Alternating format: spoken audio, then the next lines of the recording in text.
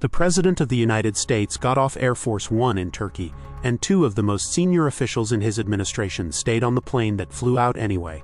That is where we start today. Then, Karoline Leavitt is leaving the White House podium at the end of the month. Gasoline is stuck at $4 a gallon in the middle of August while the Iran war grinds on. Immigration and Customs Enforcement is eyeing a $20 million purchase of electric shock gloves, and two New York officials say agents could face legal consequences for using them. Donald Trump has been sued in federal court over selling early access to his own policy posts. There is a death in immigration custody the public was never told about, a fight between the Justice Department and the D.C. Council over the National Guard, and a Senate race in Maine that will not move. 8 stories, the whole day in one place. Stay to the end because the last 3 are the ones almost nobody covered properly. Start with the detail that says everything. The president was not on the plane everyone was watching. The Associated Press reports that senior administration officials Marco Rubio and Scott Bessent stayed aboard a decoy flight leaving Turkey while Donald Trump switched planes, according to an official. Trump says the Secret Service and the military wanted him off Air Force One in Turkey because of a threat. Fox News has described the maneuver as a shell game built on years of decoy tactics that ended in what it called a catering truck switch, and reported, citing an official, that the decoy Air Force One was protected by United States fighter jets. Think about what that actually means. 2 of the most senior people in this government remained on the aircraft that planners apparently treated as the one at risk, while the principal quietly moved. That is not a scheduling quirk. That is a deliberate transfer of exposure, made in a region where the Iran war is still driving American security decisions day by day. For you, the signal matters more than the theater. When a government starts moving its president by decoy, it is telling you its own threat assessment has changed. Expect questions about who approved the switch and who was told. Reported by the Associated Press. The face at the White House podium is walking away. PBS reports that Karoline Leavitt is leaving her role as Donald Trump's White House press secretary. The Associated Press reports she is leaving the Trump administration at the end of the month. And Fox News reports that Trump says Leavitt will step down from the press secretary role and become an outside advisor. Hold on to that last detail, because it is the one that matters. An outside advisor does not stand at a podium and take follow-up questions. There is no daily briefing, no on-camera accountability, no transcript. So the person who has been this administration's primary public explainer moves to a seat where the explaining becomes optional. Why should anyone who cares about money watch a press job? Because the press secretary is the first channel through which policy gets framed for the public. Tariffs, spending, the war, personnel changes. When that channel changes hands, the tone and the timing of announcements can change with it. And markets, employers, and foreign governments all read tone. Watch 2 things next: who takes the podium and whether the briefing schedule survives the handover at the end of the month. Reported by PBS. $4 a gallon in the middle of August. The Hill reports that what American consumers are paying at the pump has stubbornly stuck at around $4 a gallon, a high price for this late in the summer, as the trajectory of the Iran war stays uncertain. Tom Closa, chief oil analyst at Gulf Oil, told The Hill, quote, "We're paying more than we've ever paid this time of year," end quote. And he singled out August specifically. Now stack that against the rest of the day. The Associated Press reports that inflation has slowed but prices remain elevated, with the Iran war and spending on artificial intelligence both pushing prices up. Fox News reports oil flows through the Strait of Hormuz have slowed to a trickle amid the conflict. Those are not 3 separate stories. That is one story arriving at your pump. Here's what it means for your budget. The usual late summer relief is not showing up, and every extra dime per gallon is money that does not go to rent, groceries, or savings. If you drive for a living, delivery, rideshare, or the trades, it comes straight out of take-home pay. What happens next depends on the war, reported by The Hill. $20 million for gloves that deliver an electric shock. Fox News reports that Immigration and Customs Enforcement is eyeing a $20 million purchase of electric shock gloves, and that New York Governor Kathy Hochul and State Attorney General Letitia James are warning that ICE agents could face legal consequences for using the devices in New York. Be precise about what this is. A purchase the agency is considering, and a warning from 2 state officials. Not a completed contract and not a filed case. The context around it is a fight that is already live. Fox reports that a federal judge blocked New York state regulations attempting to force ICE agents to wear identification, which Fox called a significant legal victory for the agency.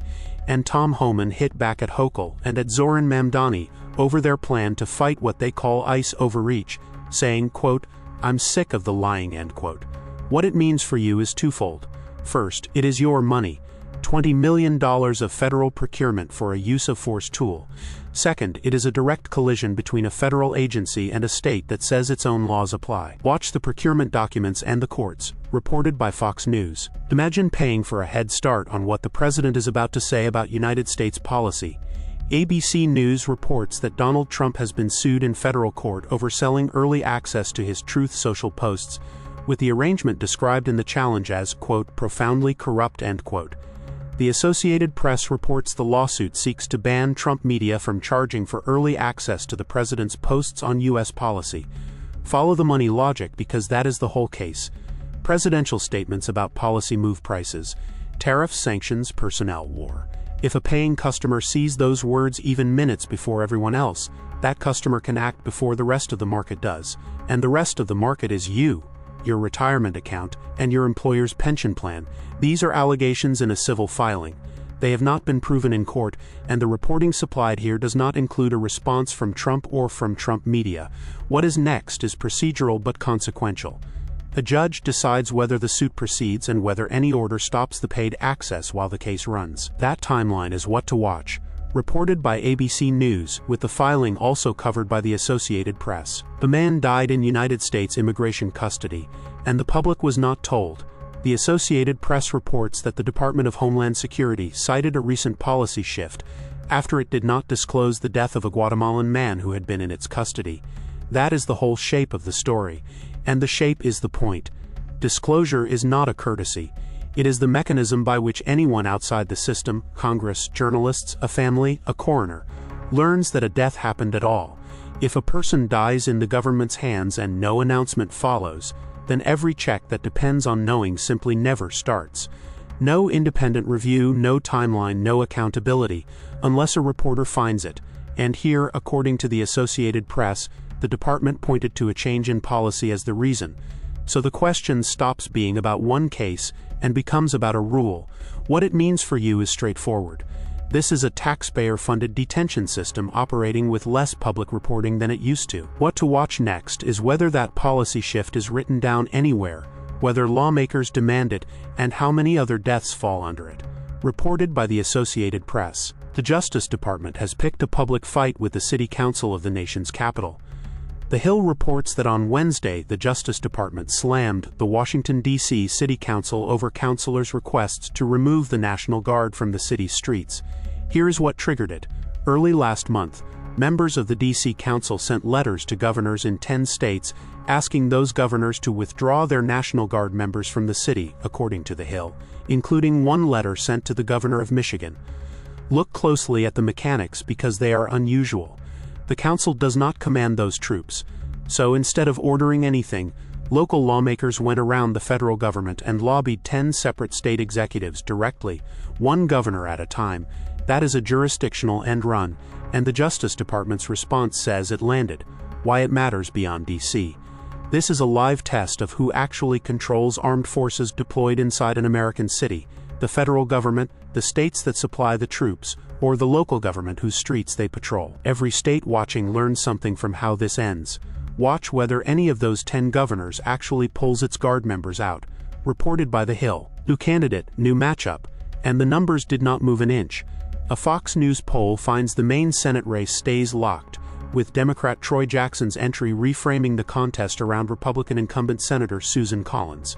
Fox reports that Maine voters are weighing concerns about both candidates, including anxieties over Collins' ties to the president. On the other side, Fox News Digital reports it questioned multiple Democrats about a report that Jackson allegedly fathered 2 children with his second cousin, and those Democrats said they knew nothing about it. That is an allegation in a report, and it has not been established here. Why does one state Senate seat matter to your wallet? Because Maine is exactly the kind of seat that decides which party controls the chamber. And the Senate is where tax bills, spending packages, war funding, and confirmations all live or die. A race that will not break in a state where voters have doubts about both names is a warning sign that neither party has closed the sale in the places control actually flips. What is next is whether either candidate can find a message that finally moves a poll that has now survived a change of opponent. Reported by Fox News. That was the whole day in one place. A decoy plane out of Turkey, Karoline Leavitt leaving the podium, $4 gas, $20 million of shock gloves, a lawsuit over paid access to the president's posts, a death in custody nobody announced, the guard fight in Washington, and a Maine race that will not move.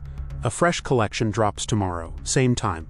Which of those 8 bothered you most? Tell me below. If this saved you an hour of scrolling, hit like and subscribe.